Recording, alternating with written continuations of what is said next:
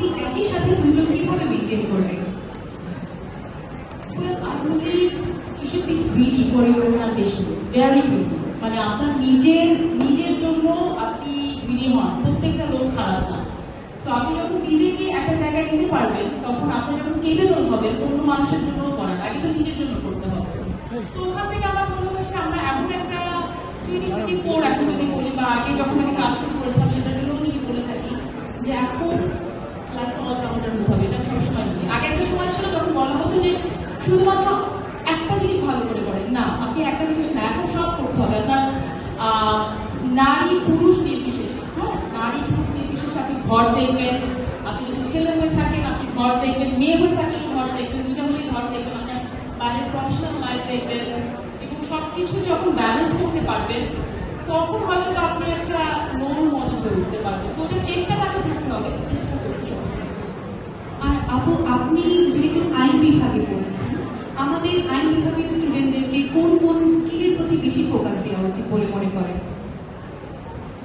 এখনকার আমি যেটা দেখছি যারা আইন নিয়ে পড়ছে, মানে আমার সময় থেকে সবাই আগে চিন্তা করে আমি আগে ব্যারিস্টার বার কিভাবে করবো, ব্যারিস্টার হলেই আমার সব হয়ে যাবে। মানুষ বাবা বললো my son of my daughter is a barrister, খুব খুশি হয়ে বলবে।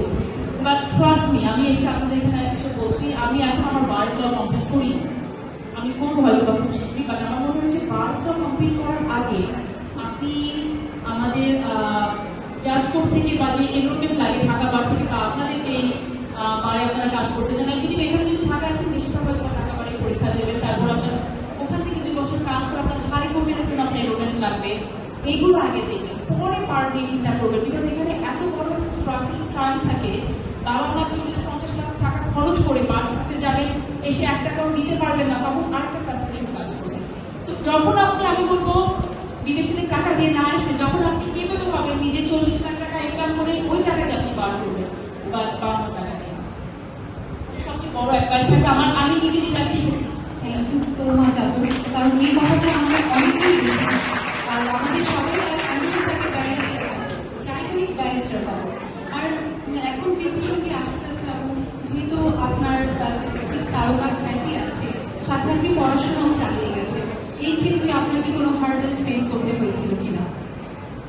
দেখেন, প্রত্যেকের তো লাইফে স্ট্রাগল একটা রকমের স্ট্রাগল, এবং আমারও স্ট্রাগল ছিল, এখনো আছে। এবং আমি যখন প্রথমে শুরু করি মডেলিং, যখন মনে করেন নতুন মডেল 16-17 বছর বয়স, তখন কেউ ক্রিটিসাইজ করতো না, শুধু ফ্যামিলির সবাই বলতো কি করছো, ঠিকঠাক করে একটা কিছু করো, এরকম। বাবা আমার সাথে 3 বছর কথা বলেনি। আমার মনে হয় আপনারা হয়তো বা কয়েকজন জানবেন আমার লাইফ স্টোরির কথা, আমি সব জায়গায় বলি হচ্ছে ইন্সপায়ার করার জন্যই বলি। পরে মানুষ হাসি তো যখন আমি পড়াশোনাটা খুব সিরিয়াসলি সবসময় নিয়েছিলাম, পাস তো করবো না খালি খালি এইগুলো দেখানোর জন্য। বিকজ আমি যখন দেখা যাচ্ছে যে আমি শুট করছি বা রিহার্সাল করছি, আমি সবসময় বই নিয়ে থাকতাম। বিকজ আমি সায়েন্স নিয়ে পড়েছি, এইচএসসি নিয়ে পড়েছি, পরে ল নিয়ে পড়েছি, আমার সবসময় পড়াশোনার মধ্যে থাকতে হয়েছে। তখন মডেলে হাসাহাসি করতাম আমাকে নিয়ে। তারপরে যখন জাজ করতে প্র্যাকটিস করা শুরু করলাম 2016 সালে এনরোলমেন্ট, 2018 সালে এনরোলমেন্ট, 2016 সালে আমি আমার এলএলবি শেষ করেছি। তখন দেখলাম কি যারা লয়ার তারা হাসাহাসি করতো আমাকে, যে সবসময় আপনি একটা হাসাহাসি